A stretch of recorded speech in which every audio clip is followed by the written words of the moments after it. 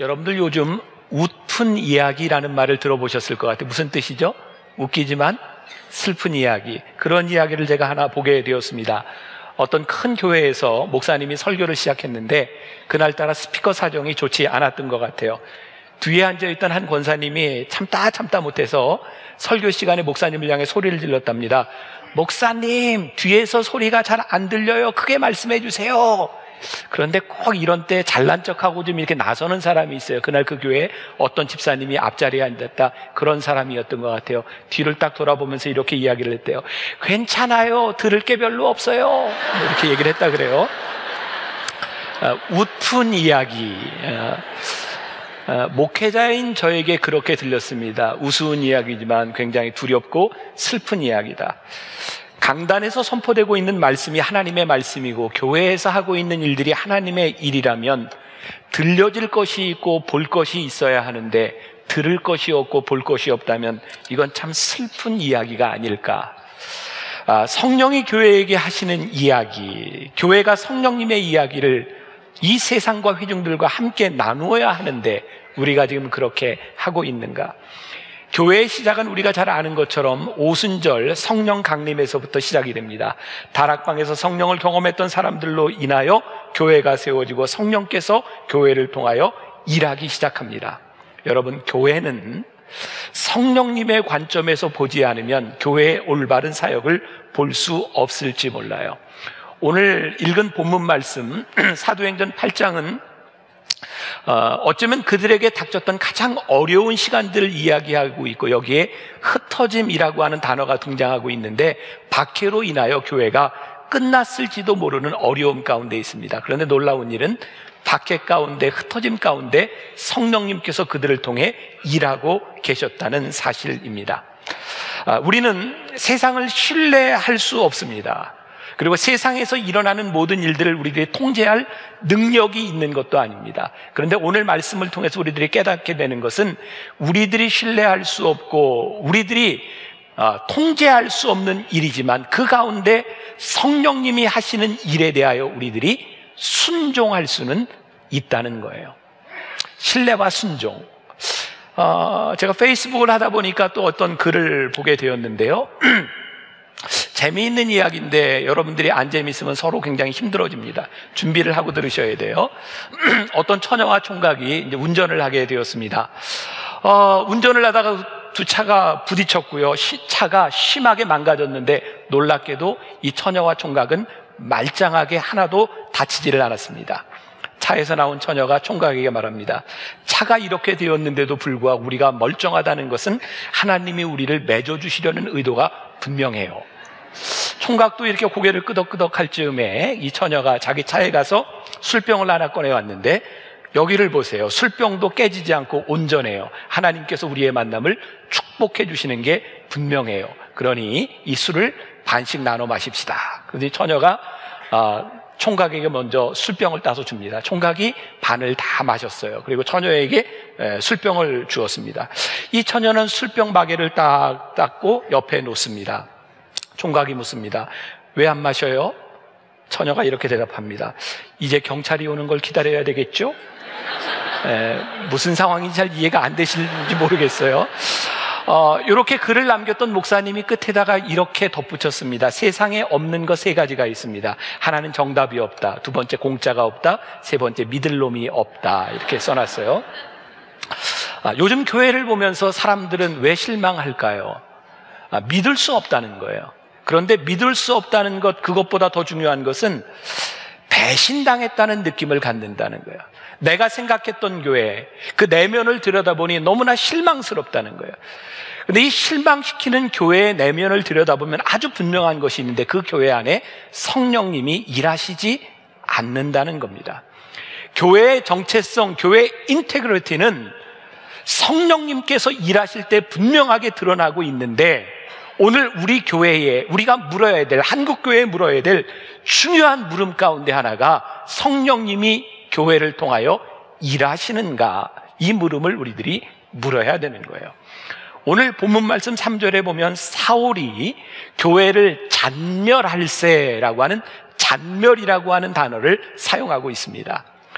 여러분, 사도행전 7장에는 스데반이 돌에 맞아 순교를 당한 사건이 나오고요, 그 일로 인해서 교회가 핍박을 당하고 있는데 그것도 모자라서 아직 사도 바울이 되기 전 사울의 이름을 가지고 있던 이 사람이 교회를 잔멸하려고, 완전히 파괴하려고 사람들을 옥에다 가두는 상황이 되었다는 거예요.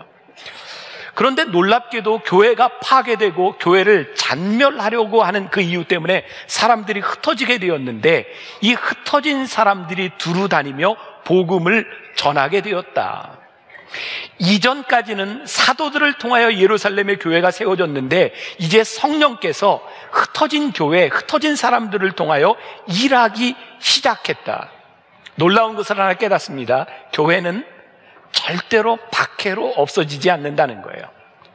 교회가 세상적인 어려움을 당한다고 없어지지 않는다는 거예요. 어떤 고통을 당해도 성령께서는 교회를 통하여 일하실 수 있다는 거예요. 교회가 존재하지 않는 이유, 교회가 파괴되는 것은 어려움과 박해 때문이 아니라 성령께서 일하시지 않을 때 교회는 그 자취를 감출 수도 있다는 거예요. 이게 우리들에게 얼마나 두렵고 무서운 일인지 모릅니다. 우리는 그동안 복음을 전도한다라고 하면서 어떤 오해가 있었을지도 몰라요. 저도 그렇게 가르쳤던 것 같아요. 사람들에게, 여러분, 삶으로 복음을 전하십시오. 여러분들의 삶으로 복음을 드러내게 하십시오. 이게 틀린 말은 아닌 것 같아요. 근데 제가 오늘 말씀을 묵상하면서 깨닫게 된 것 중에 하나가, 성령께서 일하실 때 사람들이 흩어졌는데 그들이 했던 것이 뭐냐면 복음을 전파했다. 그들이 삶으로 복음을 보여줬다, 이것이 아니라 성령을 받은 사람들에게 나타나는 분명한 현상이 있는데 그들이 복음을 입으로 말하기 시작했다는 거예요. 그러면서 저에게 도전이 되었어요. 우리가 교회에서 많은 일들을 합니다. 우리가 선행을 통해서 무엇인가를 보여주자고 하는 이야기를 합니다. 이것이 틀린 것은 아닙니다. 우리들이 전하는 말 가운데 분명히 신뢰성이 있어야 되기 때문에 믿음이 무엇인지를 보여줘야 합니다. 그러나 성령께서 우리들에게 임하실 때 분명한 표식이 따르게 되는데 우리들의 입술로 복음을 전하게 된다는 사실이에요. 제가 창립 주년을 맞이하면서 제 마음속에 도전이 되었어요. 하나님, 우리가 그동안 교회로서 우리들이 어떤 모습을 보여줄까 많이 고민하고 여기까지 왔는데, 정말 보여주는 것으로 끝나는 것이 아니라 우리들이 어떻게 이 복음을 말로 전할 수 있을까요? 성령께서 우리들 가운데 어떻게 역사하실 수 있을까요? 여러분들이 지금 제가 하는 말을 무슨 뜻인지 잘 이해하고 보셔야 됩니다. 유심히 보세요.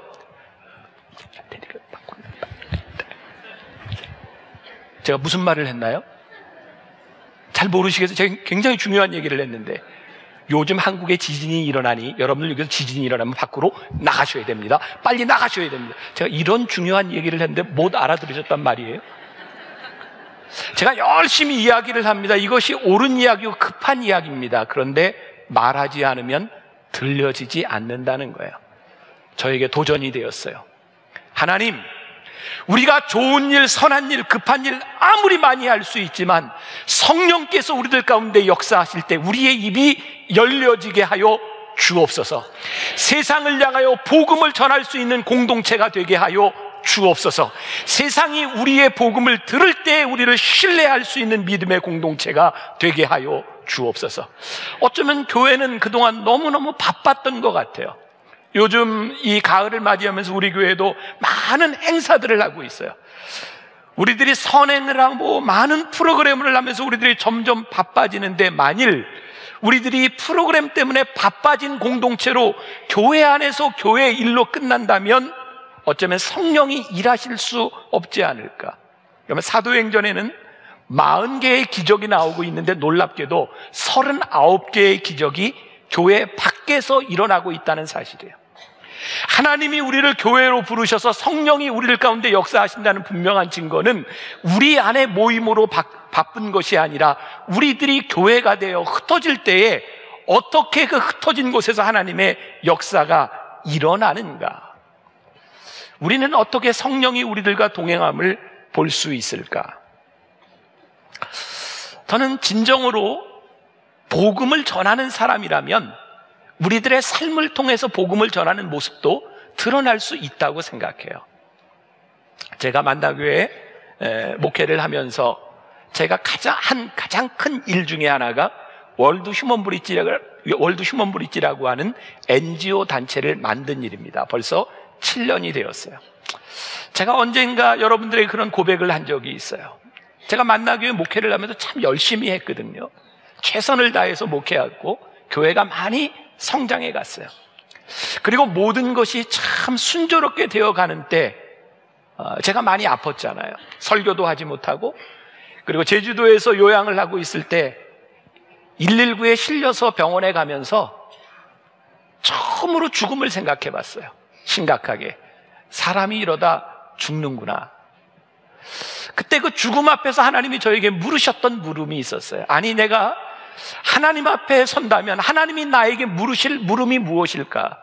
근데 아무리 생각해도 네가 얼마나 큰 교회 목회를 하다 왔냐, 그것은 하나님이 저에게 물으실 것이 아니었어요. 그런데 이거 물으시겠더라고요. 너 뭐 하다 왔니? 그때부터 그게 저에게 무거운 물음이 되기 시작했어요. 여러분들이 만일 하나님 앞에 선다면 하나님은 여러분들에게 너 세상에서 어느 교회 다니다 왔니? 하나님 그거 묻지 않으실 겁니다. 그런데 뭐 하다 왔니? 그것은 우리들에게 분명히 물으실 거예요. 저에게 질문이 시작됐습니다. 하나님, 교회를 통하여 하나님이 저에게 무엇을 하다 왔냐고 물으실 때 제가 우리 교인들에게 영적 리더로서 무엇을 이야기할 수 있을까요? 그러면서 저에게 교회 이름과 교회를 위하여 우리들이 많은 일들을 하고 있지만 그것이 정말 하나님께서 우리들에게 주신 일인가? 성령님께서 우리들에게 시키시는 일인가? 왜 교회는 교회를 위한 일들을 하면서 서로 협력이 되지 못하고 함께하지 못하는가? 그러면서 하나님께서 저에게 주셨던 생각이 교회의 일이 아닌 하나님의 일을 할 수 있다면 함께할 수 있는 일들이 일어나지 않겠는가? 하나님이 저에게 주신 비전이었어요. 7년 전에 월드 휴먼 브릿지라고 하는 단체를 시작하면서 여러분들과 함께 나누기 시작했어요. 이 일이, 저에게 주신 일이 여러분들 모두에게 사명이 되지 않을 수는 있어요. 그러나 이 교회를 통해 주시는 하나의 사명이 되는 것만은 분명하다는 믿음을 가지고 있어요. 왜? 하나님께서 저에게 물으신 물음이었기 때문에 그래요. 교회를 한번 다시 생각해 봅니다. 영어 단어로 교회를 church라고 이야기를 해요. 이 말은 독일어의 키르케라고 하는 말에서 온 말이죠.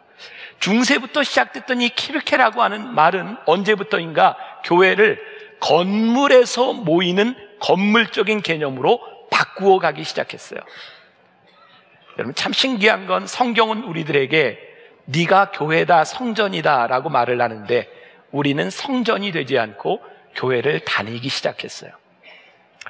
저는 교회의 타락이요, 건물적인 개념에서 우리들이 모이는 걸로 만족하기 시작할 때 교회를 건물로 바꾸어서 이 건물을 치리하는 사람이 힘과 권력을 가지기 시작하면서 교회에 타락이 오기 시작했다고 생각해요.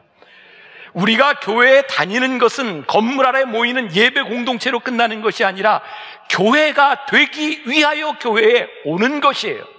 오늘 우리들이 예배를 드리는 우리들이 교회가 되지 않는다면 우리는 어쩌면 교회의 사명을 잃어버리고 사는지 몰라요. 오늘 주보에 책을 하나 소개해드렸어요.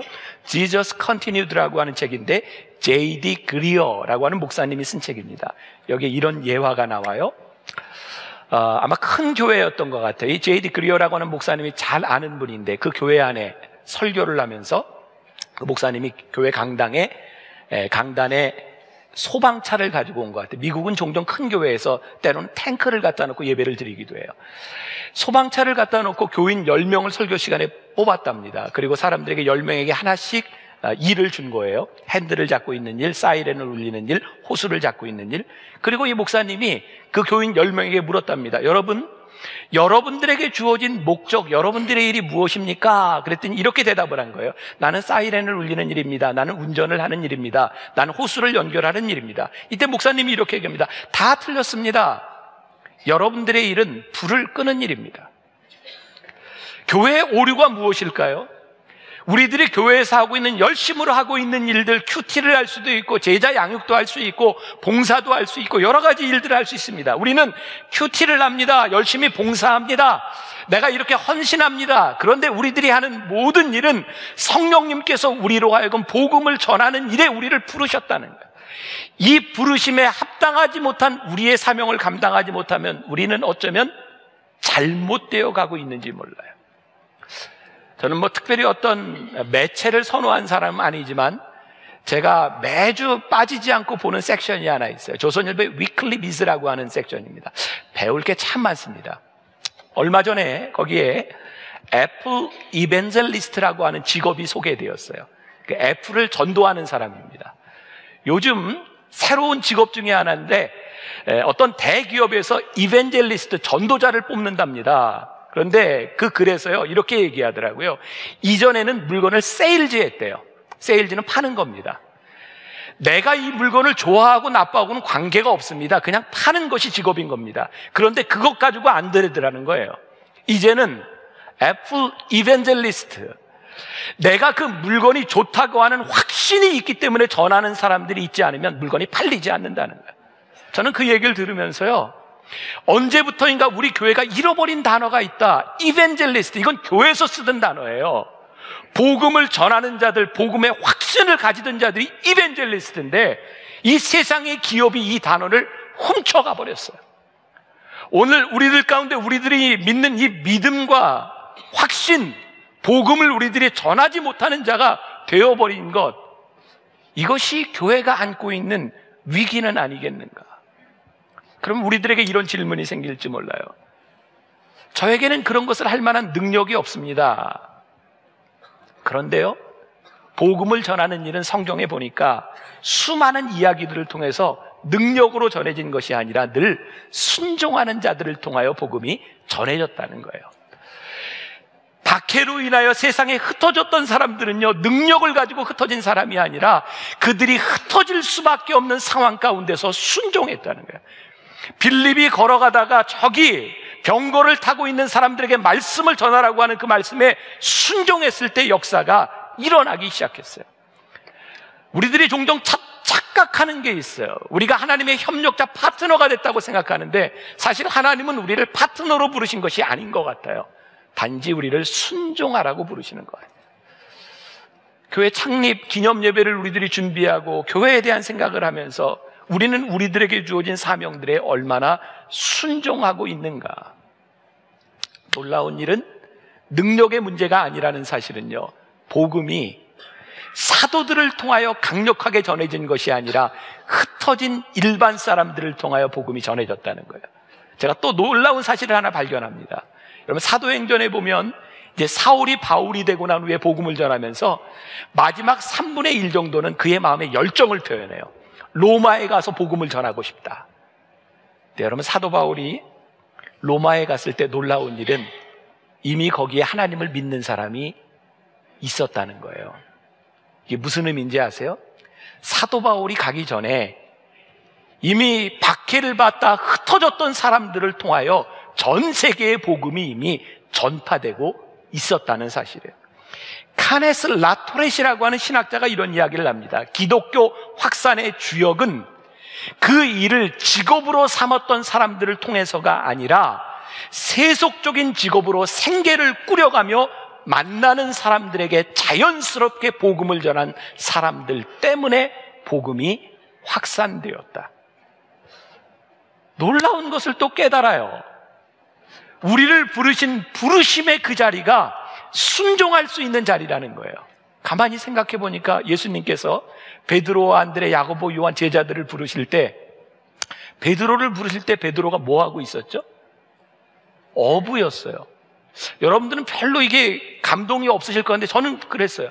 아, 예수님께서 베드로를 부르실 때 제자를 부르신 게 아니라 어부를 부르셨구나. 그리고 어부를 제자로 쓰셨어요. 오늘 여러분들의 자리가 무엇인지 몰라요.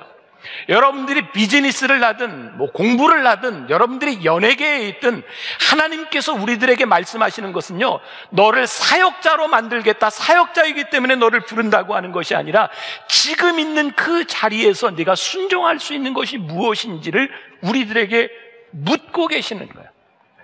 우리 교회가 무엇을 할 수 있느냐, 그 위대함이나 우리가 할 수 있는 능력을 보는 것이 아니라 오늘 우리 교회에 부르시는 그 부르심이 무엇인지를 깨닫느냐, 이것이 성령이 우리를 쓰실 수 있느냐 없느냐의 조건이 되는 거예요.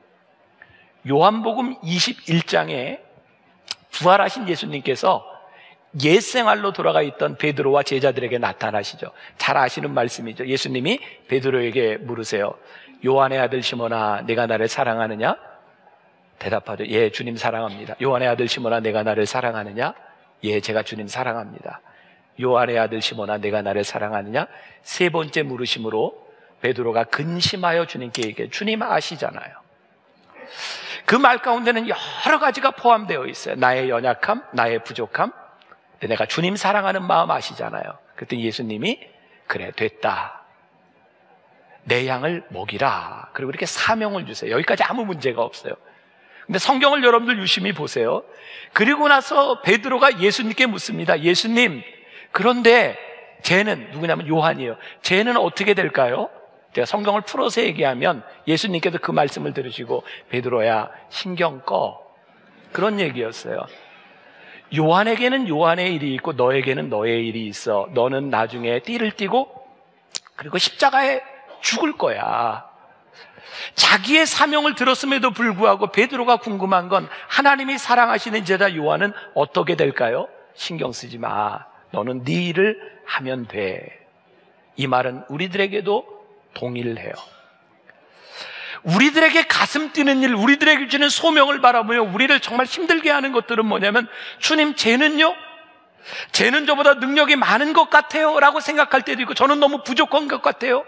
그런데 우리들의 최후의 승리와 성공의 기준은 우리들이 얼마나 많은 것을 희생했거나 얼마나 많은 능력이 있는 것이 아니라 우리를 부르신 부르심에 대하여 내가 얼마나 충실했는가, 그것을 하나님은 우리들에게 묻고 계시다는 거예요. 지금 여기 있는 여러분들, 저 가지고 있는 능력과 상황이 다 틀릴 거예요. 저에게는 늘 그런 마음에 안타까움이 있죠. 제가 오늘 참 건강해 보이지 않나요? 힘차 보이죠? 전 매주 이렇게 설교를 하고 싶은데 어느 날 갑자기 제가 무너지는 순간들이 있어요. 그때마다 저는 하나님께 늘 그런 기도하거든요. 하나님 좀 붙잡아 주세요. 근데 그게 제 안에서는 너무너무 힘든 기도거든요. 하나님 저를 건강하게 쓰시면 더 잘 쓰실 수 있으실 텐데 왜 가끔 이렇게 저로 하여금 무너지게 하시나요? 근데 하나님이 깨닫게 하시는 게 뭐냐면 그게 너라는 거예요. 내가 너를 그렇게 쓴다는 거예요. 빌립보서 4장 12절과 13절에 보면 사도 바울이요 이런 고백을 하죠. 나는 비천에 처할 줄도 알고 풍부에 처할 줄도 알아. 그리고 내게 능력 주시는 자 안에서 내가 모든 것을 할 수 있느니라. 사도 바울이 깨달은 게 있어요. 때로 그가 매를 맞고 힘든 때, 때로 그가 비천한 때, 그가 많은 것을 가지고 있는 풍부할 때, 처할 때가 있지만 내가 깨달은 것이 있나니 내게 능력 주시는 자 안에서 그분이 나와 함께 하시면 내가 그것을 할 수 있습니다. 나에게 주어진 일에 대하여 내가 얼마나 순종하느냐에 대한, 전 여러분들 우리 만나 교인들이, 저도 우리 교회는 이런 일을 해요, 우리 교회는 특별히 이런 일을 해요, 자랑할 수 있다고 생각해요. 그러나 하나님이 원하시는 것은 그러한 자랑이 아닌 것 같아요. 분명한 것은 내가 누군가에게 독특한 무엇을 한 것에 대한 자랑이 아니라 오늘 우리들에게 주어진 일에 대하여 이것이 하나님의 일이라고 하는 믿음과 확신이 우리들에게 분명한가. 여러분들을 부르신 그 자리에서 여러분들이 상황이 다 틀리지만 성령이 우리를 통해 일하실 수 있도록 우리를 내어드리는가. Jesus Continued라고 하는 책에 나오는 이야기를 여러분들에게 좀 소개해드리고 말씀을 이렇게 마무리 좀 해보려고 그래요. 그 책에 보면 토니라고 하는 사람이 등장을 합니다. 이 토니는 아이를 5명이나 입양을 했어요. 4명은 우크라이나에서, 1명은 케냐에서 입양을 합니다. J.D. 그리어 목사님이 토니에게 어떻게 그런 일이 있을 수 있었는가를 묻게 되었고, 토니라는 사람은 이렇게 대답을 합니다. 지난 여름 아내와 함께 로마서를 공부하게 되었는데, 사도 바울을 공부하면서 복음을 아는 사람이라면 복음처럼 되어야 한다는 말에 감명을 받고 기도하기 시작했습니다. 제가 어떻게 하면 복음을 살 수 있을까요? 이렇게 기도하던 중에 에베소서 말씀을 보게 되었고, 에베소서 1장 5절에 하나님께서 모든 신자들을 양자로 삼으셨다라고 하는 말씀이 들어왔습니다. 그리고 5장 1절에 가서 하나님을 본받아야 된다는 말씀이 저에게 들어왔고, 제 마음속에 어떤 소망이 생겼냐면, 그러면 하나님을 본받아 이 땅에 있는 고아들을 입양해야 되겠다고 하는 마음을 하나님께서 저에게 주셨습니다.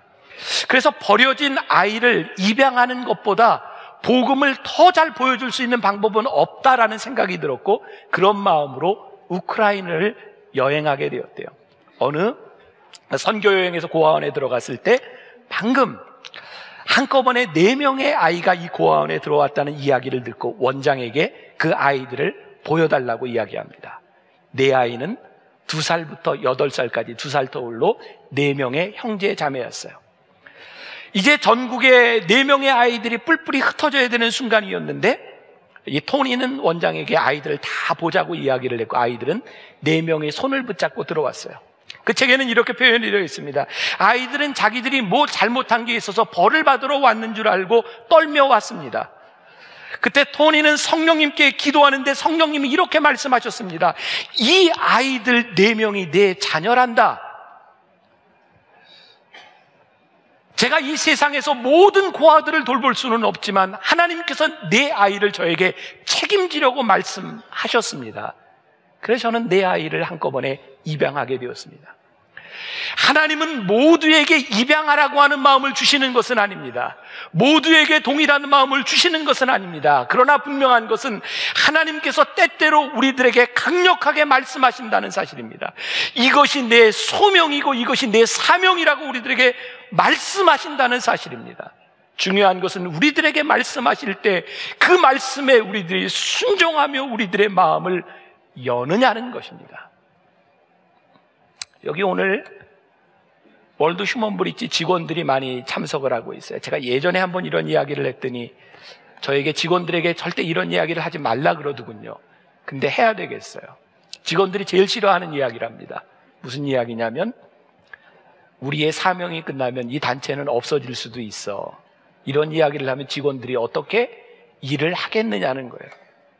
근데 아무리 생각해도 저에게 주시는 마음이요, 하나님께서 소명으로 우리들에게 세우신 일이라면, 하나님의 소명이 끝나면 이 세상에 어떤 단체도 존재할 수 없다는 거예요. 하나님께서 만나 교회를 여러분들을 부르셔서 우리를 성령님을 통하여 일하시게 말씀하셨다면, 우리들이 성령님을 통해 일하시지 않는다면 하나님은 이 교회를 얼마든지 버리실 수 있다는 거예요. 우리들이 물어야 되는 거예요. 우리들이 고민해야 되는 거예요. 하나님, 우리가 어떻게 하면 하나님 부르심 앞에 가슴이 뛰는 일 앞에 우리들이 순종할 수 있겠습니까? 우리가 오늘 월드 휴먼 브릿지 썬데이라고, 여러분들 오해하지 마세요. 제가 여러분들에게 이렇게 설명을 하면서 여러분들 모두가 휴먼 브릿지에 여러분들이 소명을 가지고 여러분들이 참여해야 되는 이런 이야기 아닙니다. 왜요? 우리 교회는 많은 사역이 있어요. 해외 선교도 할 수 있고, 어려운 교회를 돕는 일을 할 수 있고, 월드 휴먼 브릿지를 여러분들이 도울 수 있는 그런 일도 있습니다. 한 가지 분명한 것은 하나님께서 우리 교회에 주신 사명이고 누군가의 가슴을 뛰게 한다면 여러분들이 그 어떤 소명에든 응답할 수 있는 사람이 되라는 거예요. 우리의 능력이 아니라 하나님은 우리들이 소명에 응답하기 시작할 때 우리를 통하여 일하신다는 거예요. 우리 누군가의 마음을 기쁘게 하고 누군가 또 이 일을 통하여 인생이 변할 수 있는 일들, 그게 우리 교회에 주신 사역의 한 부분이에요. 아마 하나님께서 우리를 쓰실 때까지 이 부분을 또 안고 여러분들과 이렇게 함께 갈 겁니다. 여러분, 이게 찬양 중에 굉장히 짧은 찬양이 있어요.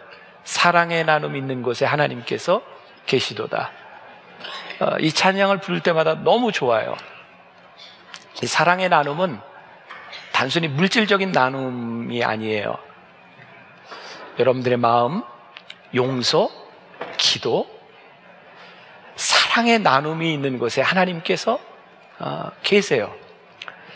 저는 우리 예배 공동체가 우리들이 예배를 드릴 때마다 우리들 속에 그런 예배의 감격이 있었으면 좋겠어요. 이 예배 가운데 하나님이 계시는구나.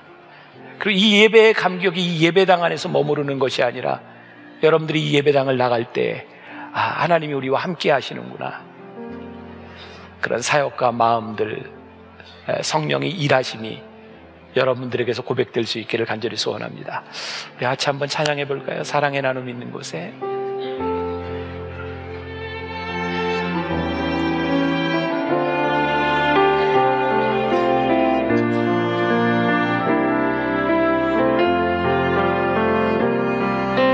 사랑의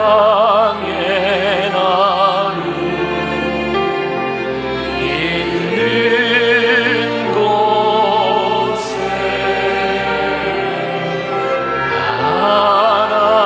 하나님께서 계시고 사랑의 나눔 있는 곳에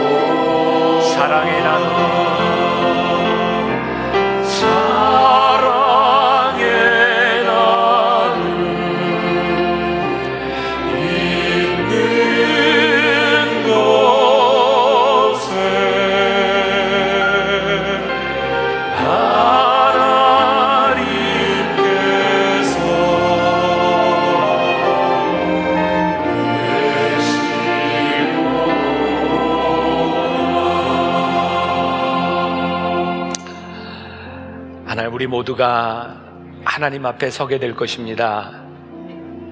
하나님께서 우리들에게 이렇게 물으실 겁니다. 너는 세상에서 무엇을 하다 왔니? 너는 세상에서 무엇을 하다 왔니?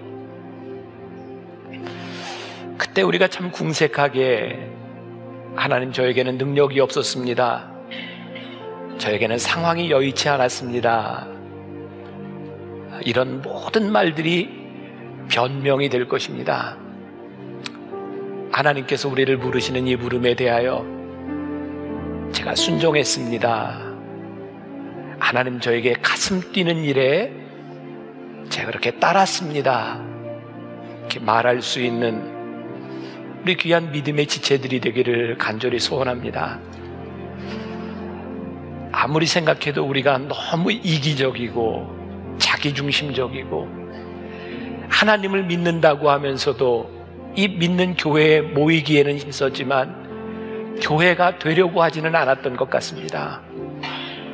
성령께서 우리를 쓰실 수 있도록 우리를 내어놓지 않았던 것 같습니다. 오늘 우리들 한 사람 한 사람이 교회를 되기를 원하시는 그 부르심 앞에 순종하게 하시고 마지막 때에 여기 설교하는 담임 목사나 우리 교인들 모두가 하나님 앞에 섰을 때에 하나님 제가 이렇게 살다 왔습니다 말할 수 있는 그 소망을 말할 수 있는 귀한 믿음의 지체들이 되게 하여 주옵소서. 예수님의 이름으로 기도합니다. 아멘.